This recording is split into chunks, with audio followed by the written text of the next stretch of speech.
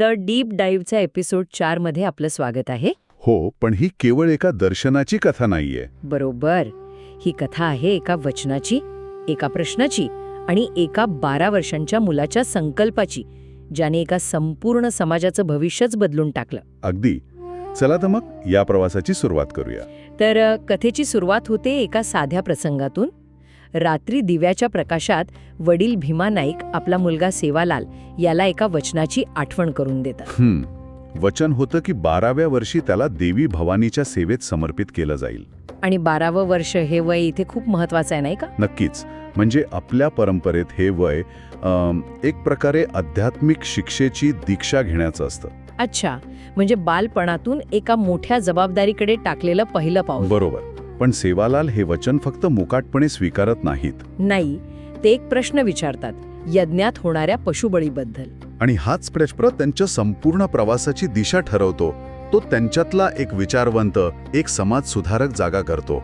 याच विचारांनी मग ते पहाटेच आपलं थांडा म्हणजे वस्ती सोडून निघतात. हो, आणि त्यांचं पुढचं ठिकाण असतं कालोकुंडो नावाचा एक नैसर्गिक तलाव. ही जागा त्यांनी का निवडली असेल? मला वाटतं कालोकुंडो हे फक्त एक ठिकाण नव्हतं, ते एक प्रतीक होतं. समाजाच्या कोलाहलापासून दूर, निसर्गाच्या सानिध्यात आत्मचिंतन करण्यासाठी निवडलेली ती एक पवित्र जागा होती. तिथेच त्यांनी 62 दिवसांच्या कठोर तपश्चर्येला सुरुवात केली. विचार करा, एक 12 वर्षांचा मुलगा.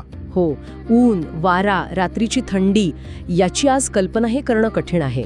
ही ताकद केवळ शारीरिक नव्हती, ती त्यांच्या मनातल्या त्या नैतिक प्रश्नातून, त्या तळमळीतून आलेली एक आध्यात्मिक ताकद होती. आणि मग त्या परीक्षेच्या शेवटी 62 दिवसांनंतर असं म्हणतात एक विलक्षण शांतता पसरते. आणि देवी भवानी त्यांच्या समोर प्रकट होते. हे दर्शन केवळ एक आशीर्वाद नव्हता. नाही, अजिबात नाही. ती एका मोठ्या कार्याची सुरुवात होती. देवीने त्यांना केवळ वैदिक ज्ञानच दिलं नाही, तर 3 वरदानही देऊ केले. आणि त्यातलं सगळ्यात महत्वाचं वरदान होतं वचनसिद्धी. हो, म्हणजे बोललेला प्रत्येक शब्द खरा होण्याची शक्ती. पण ही शक्ती म्हणजे नक्की काय? म्हणजे एखादा चमत्कार होता की त्यामागे काही खोल अर्थ होता? खूप छान प्रश्न आहे हा. वचनसिद्धी म्हणजे केवळ चमत्कार करण्याची शक्ती नाही, ती एक प्रकारची नैतिक अधिकृतता होती, मॉरल अथॉरिटी. अच्छा. जेव्हा लोकांना हे कळतं की या व्यक्तीचा शब्द कधी खोटा ठरणार नाही, तेव्हा ते त्या व्यक्तीवर पूर्ण विश्वास ठेवतात. समाजाला मार्गदर्शन करण्यासाठी हे एक मोठं साधन ठरलं. म्हणजे हे ज्ञान आणि ही शक्ती घेऊनच 12 वर्षांचे सेवालाल आपल्या ठाण्यात परततात. हो. आणि परत आल्यावर त्यांच्या तोंडून पहिला शब्द बाहेर पडतो, जय भवानी. आणि तो फक्त एक शब्द नव्हता, तो एक जयघोष होता. बरोबर. तो एका नव्या युगाचा जयघोष होता.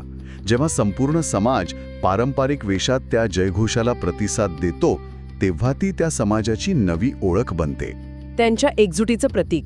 अगदी. आणि याच भेटीतून दुहेरी देवस्थानांची परंपरा सुरू झाली.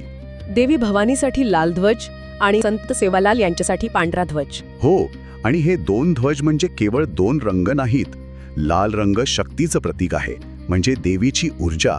आणि पांढरा रंग तो आहे शिस्तीचं, शांतीचं प्रतीक, गुरुने दिलेल्या शिकवणीचं. शक्ती आणि शिस्त, काय सुंदर संतुलन आहे. आणि हे संतुलन केवळ ध्वजांपुरतं मर्यादित नाही, ते बंजारा समाजाच्या सामाजिक रचनेत, त्यांच्या नियमांमध्ये आजही दिसून येतं. म्हणजे एका वचनातून सुरू झालेला प्रवास एका मुलाच्या प्रश्नातून पुढे गेला आणि एका दर्शनाने त्याला जी दिशा मिळाली, त्याचा परिणाम थेट एका संपूर्ण समाजाच्या सामाजिक आणि आध्यात्मिक रचनेवर झाला.